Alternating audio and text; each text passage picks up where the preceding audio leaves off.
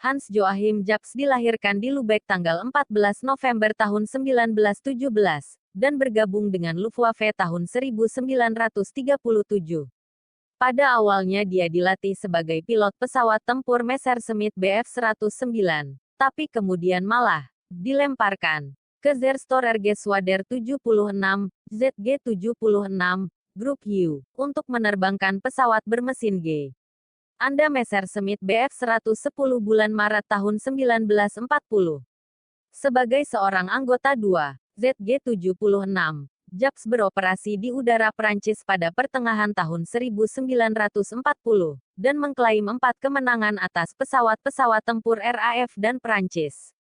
Dia kemudian ikut pula berseliweran di atas Inggris dalam Battle of Britain, yang terkenal.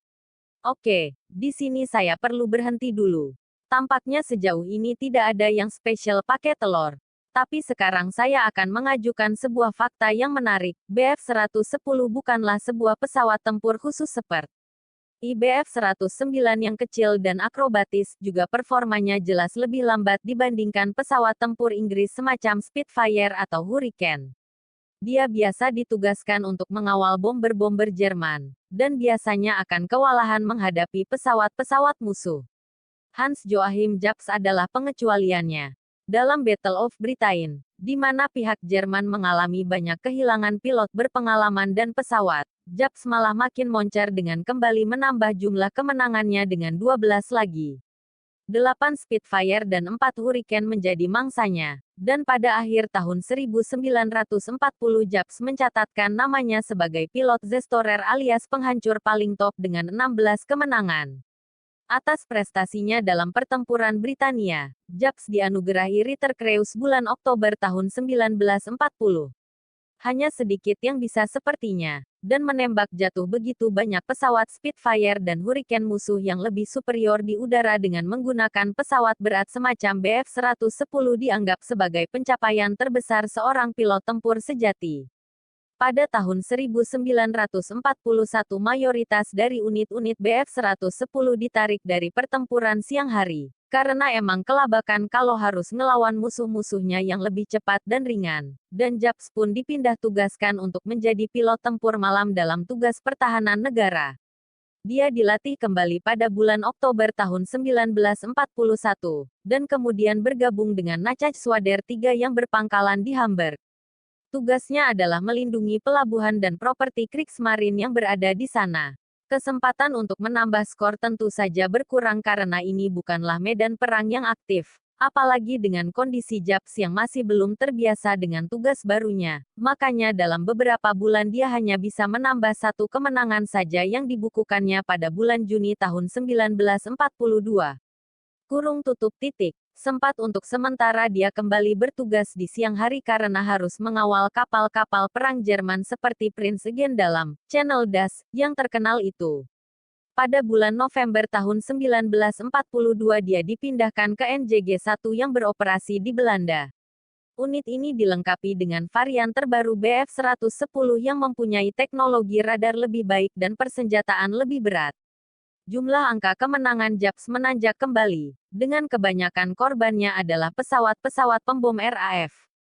Pada bulan Januari tahun 1944 dia telah mempunyai 45 kemenangan yang terkonfirmasi, dan di bulan Maret tahun 1944 menjadi Geschwader Commodore dari NJG-1.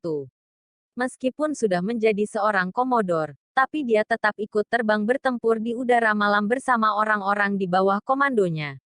Salah seorang anak buahnya yang terkenal adalah Major Heinz Wolfgang Schnaufer, pilot tempur malam terbaik sepanjang masa dengan 121 kemenangan. Pada tanggal 29 April tahun 1944 skill Japs mendapat ujian lagi. Bf-110 khusus tempur malam yang dipilotinya dipaksa harus menghadapi serbuan 6 Spitfire DS. IANG hari saat dia baru saja bersiap untuk pulang dari misinya.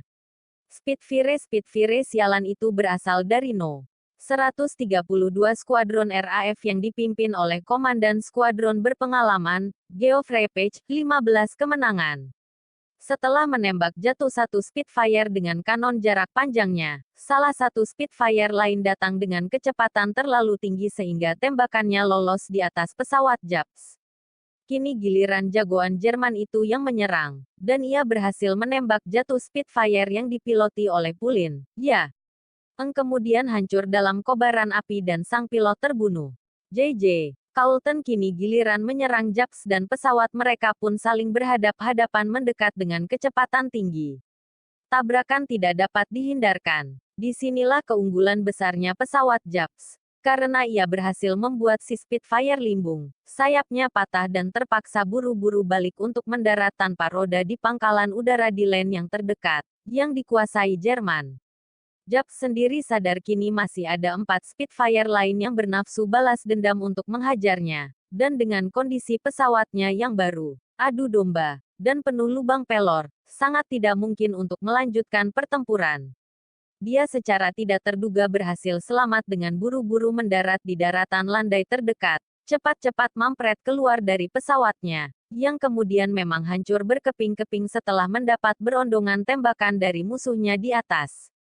Hans Joachim Japs dianugerahi Aichen Laup untuk tambahan Ritter Kreuz yang telah diperolehnya tanggal 24 Maret tahun 1944. Kemenangan terakhir diperolehnya pada malam tanggal 21 Februari tahun 1945, ketika dia menghancurkan 2 buah Lancaster.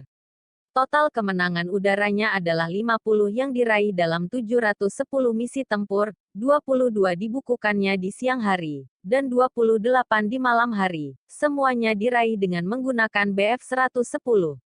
Ini membuktikan bahwa dia adalah pilot yang jempolan dalam bertempur di kedua medan yang sangat berbeda tersebut. Siang hari mengandalkan mata, malam hari lebih mengandalkan radar. Setelah perang usai dia menjadi seorang pengusaha juga pelayan masyarakat dan tinggal di Westphalia.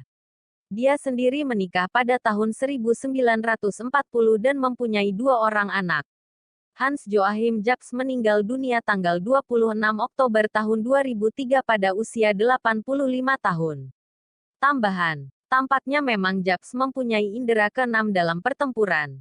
Dia menggunakan sebaik-baiknya kemampuan terbang tinggi dan menukik Bf-110 yang dipilotinya, selalu menghindari adu cepat dengan lawannya yang lebih baik. Dia tidak pernah memaksakan bertempur kalau memang dirasanya lawan tak dapat ditundukkannya.